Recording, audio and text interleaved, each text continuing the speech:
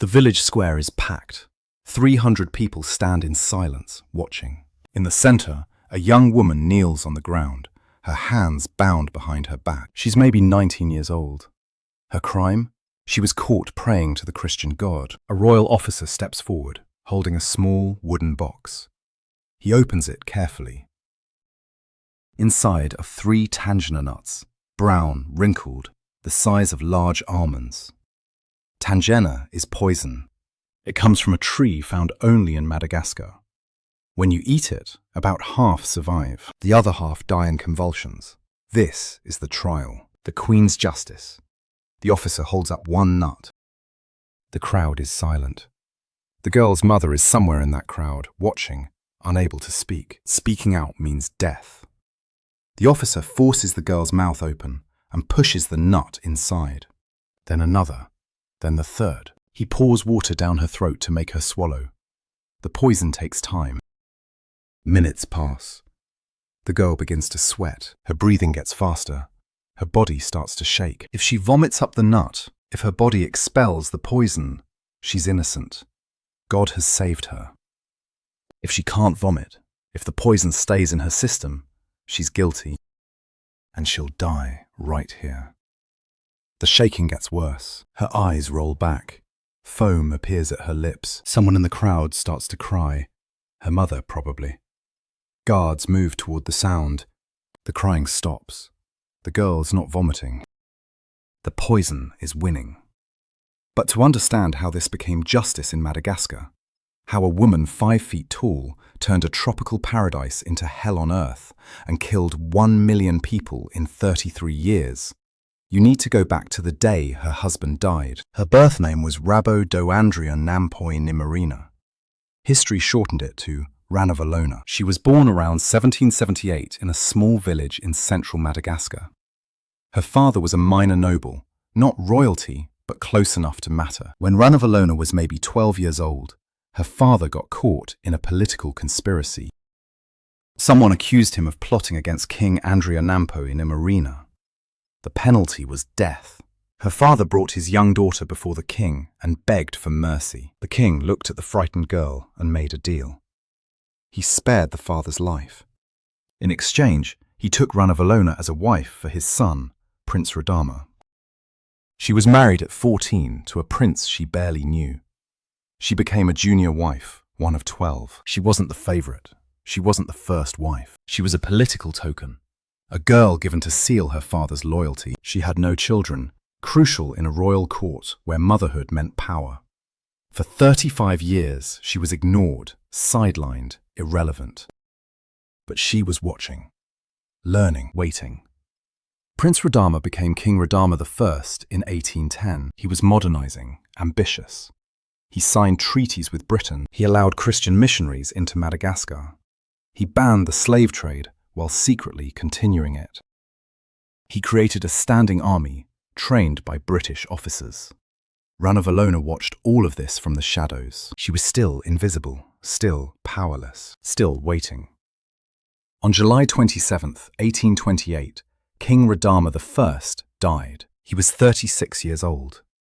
The official cause was fever. Some said alcoholism.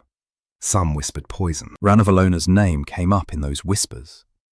Radama had no sons. His designated heir was his nephew, Prince Rakatobe. The succession should have been clear. But within hours of Radama's death, while the court was still in confusion, Ranavalona moved. She had allies, military officers who felt sidelined by Radama's European reforms. They struck.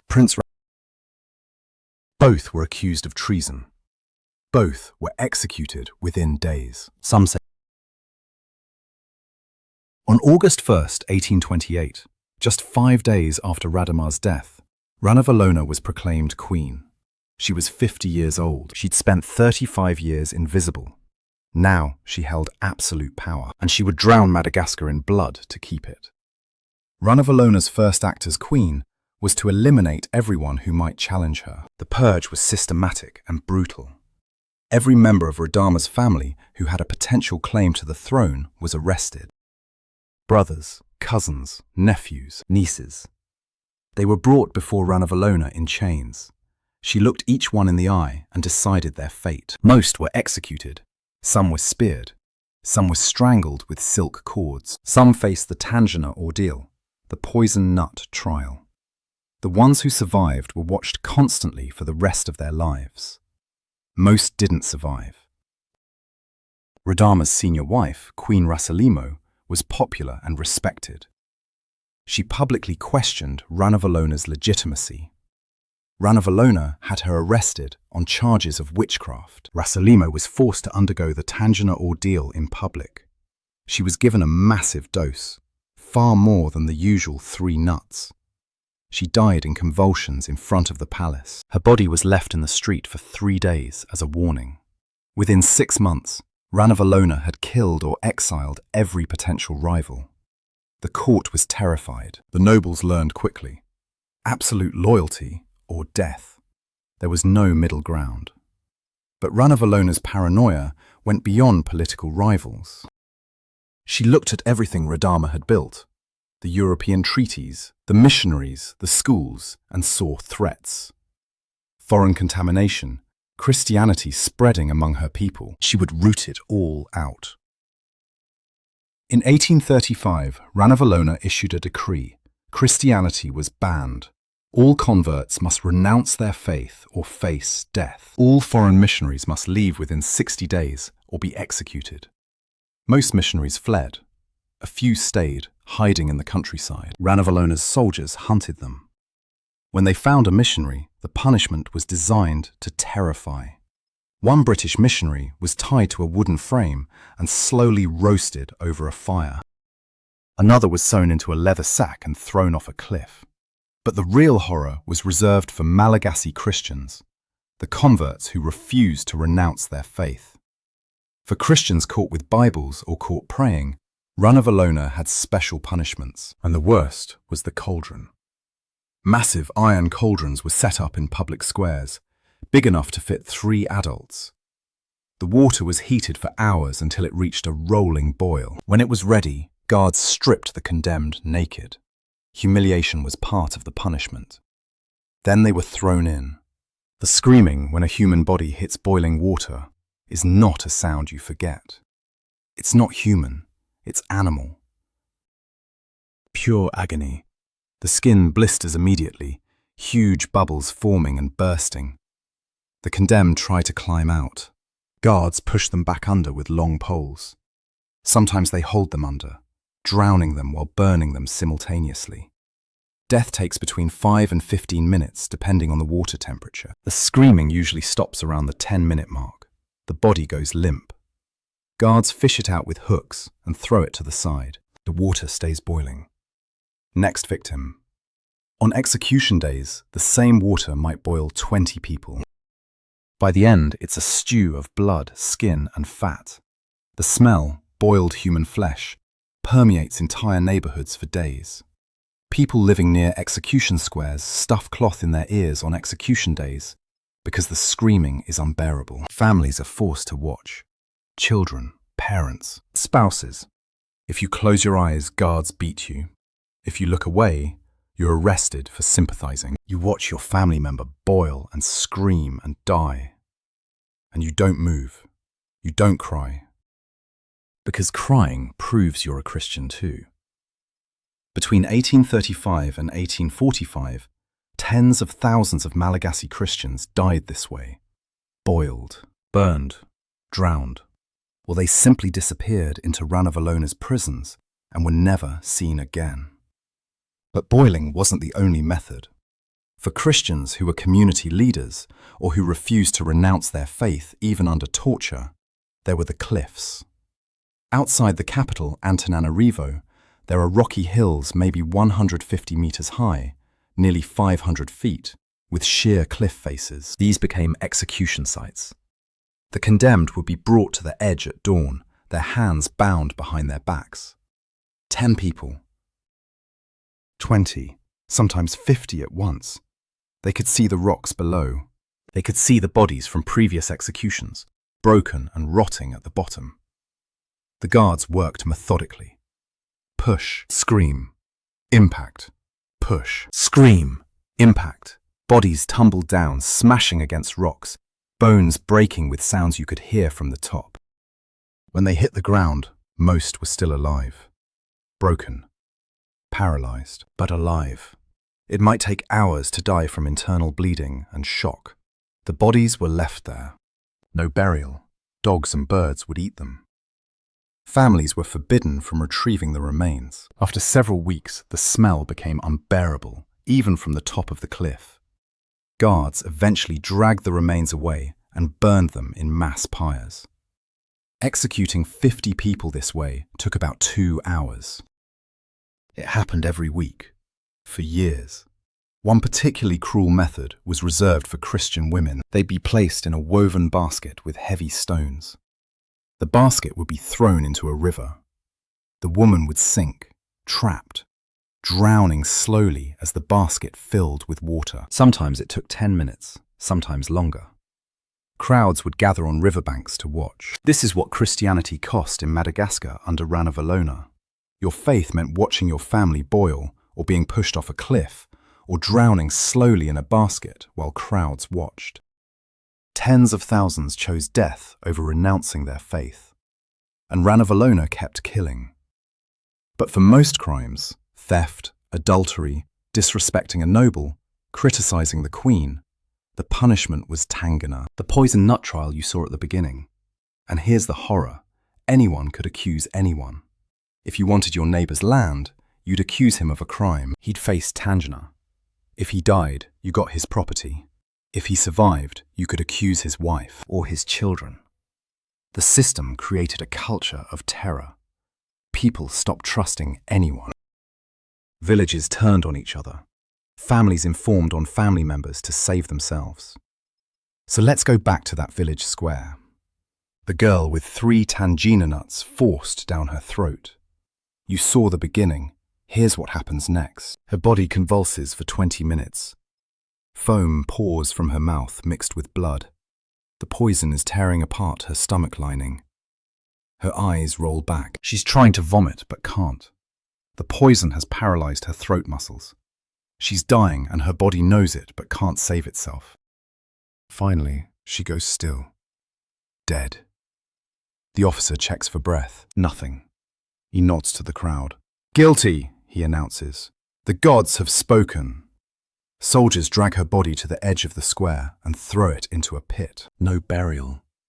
Her mother pushes through the crowd, screaming. Guards grab her. She's now under suspicion too. If her daughter was guilty, maybe the whole family is tainted.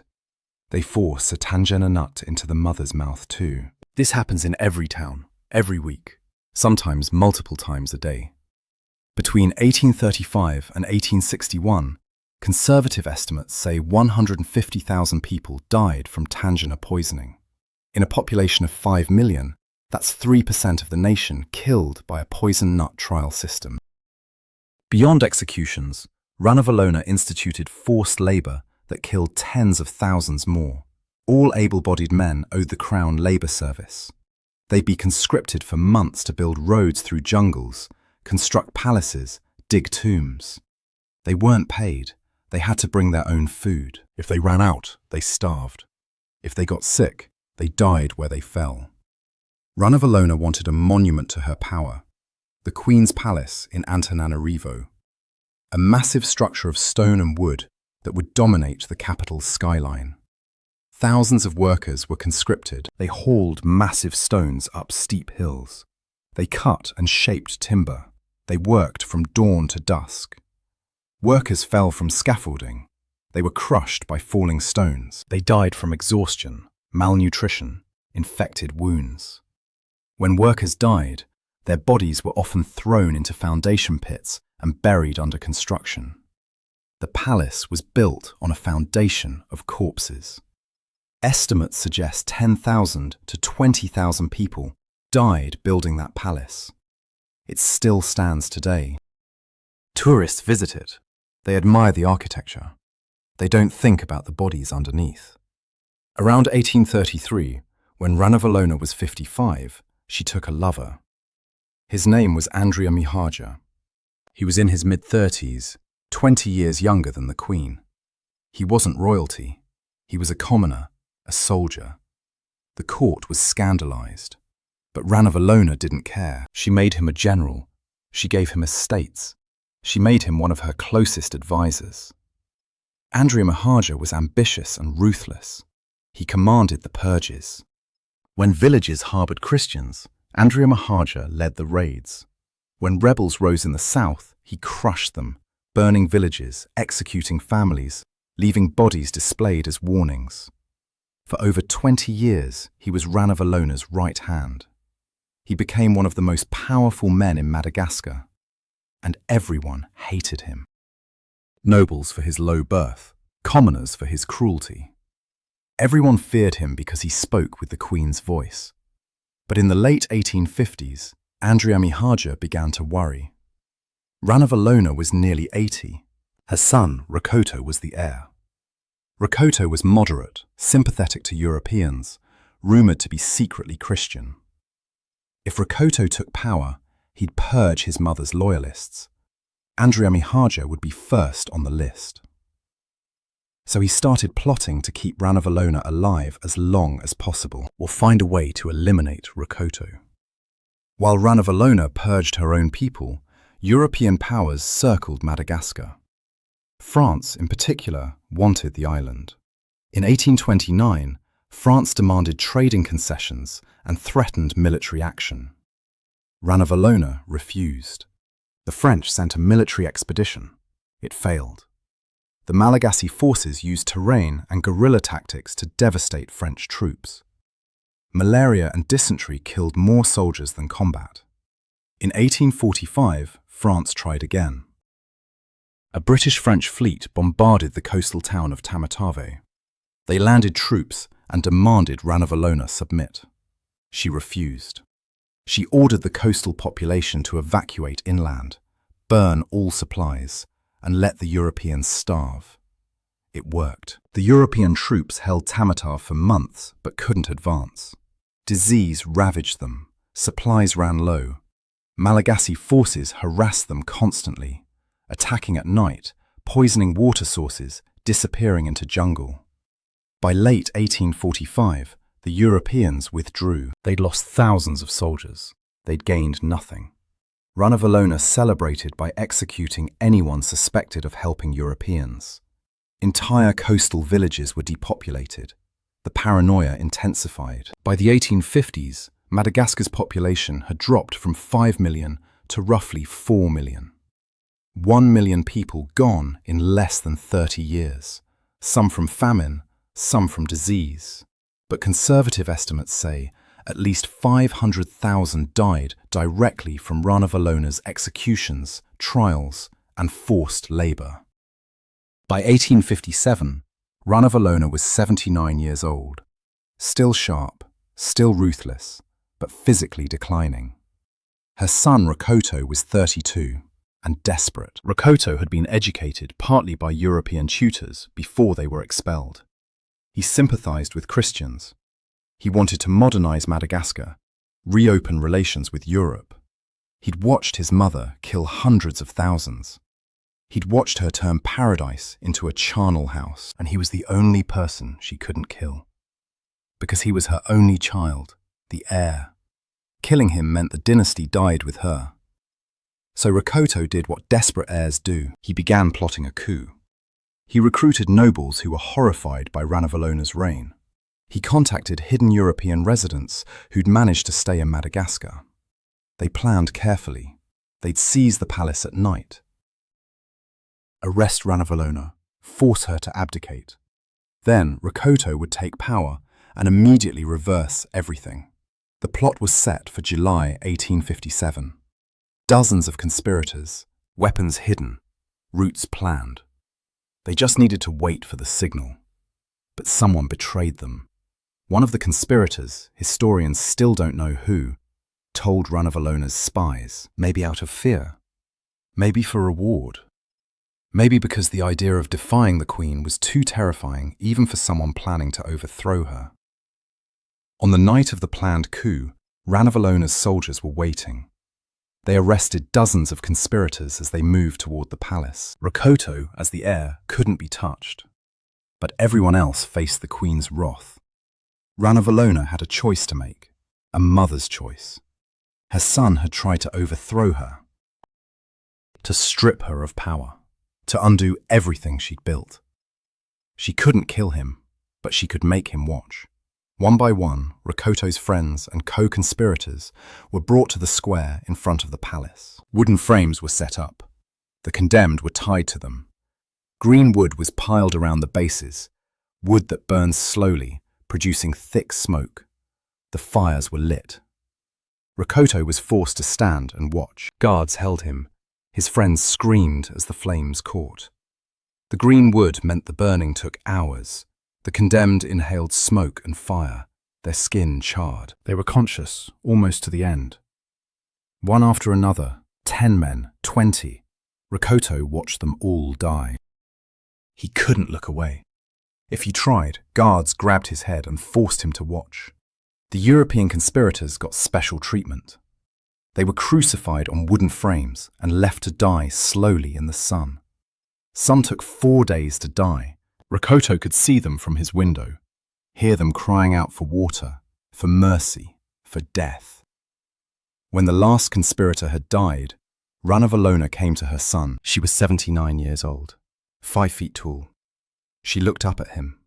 "You will be king," she said, "when I die. Not before, never before. Every day I live is a day you wait. Every breath I take is a breath you count. And you will remember what happens to people who betray me." She lived for 4 more years. Rakoto waited, every day, knowing his mother was alive to spite him, knowing she'd killed his friends to punish him, knowing he was powerless. In 1861, Ranavalona fell ill. She was 83 years old. For weeks, she lay in her palace. Nobles waited in corridors, wondering what would happen when she died. Rakoto waited in his rooms, counting the days. On August 16, 1861, Ranavalona I died. The official cause was natural, old age, no poison, no conspiracy. After 33 years of absolute rule, of killing hundreds of thousands, she simply stopped breathing. Within hours, Rakoto was proclaimed King Radama II. His first acts, he freed political prisoners. He invited missionaries back. He reopened relations with France and Britain. He banned the TANGENA ordeal. He tried to heal his mother's shattered kingdom, but the damage was permanent. Madagascar's population had fallen from 5 million to 4 million. 1 million people. 20% of the nation gone. Entire Christian communities wiped out. Thousands of families destroyed by TANGENA trials. Tens of thousands dead from forced labor. The economy collapsed. The culture traumatized. Rakoto tried, but he lasted only 2 years. In 1863, he was assassinated by nobles who preferred his mother's methods. They strangled him with a silk cord, the same method his mother had used to kill his grandfather's family. Madagascar fell into chaos.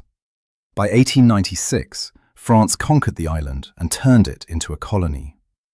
The kingdom Ranavalona had drowned in blood to preserve ceased to exist anyway.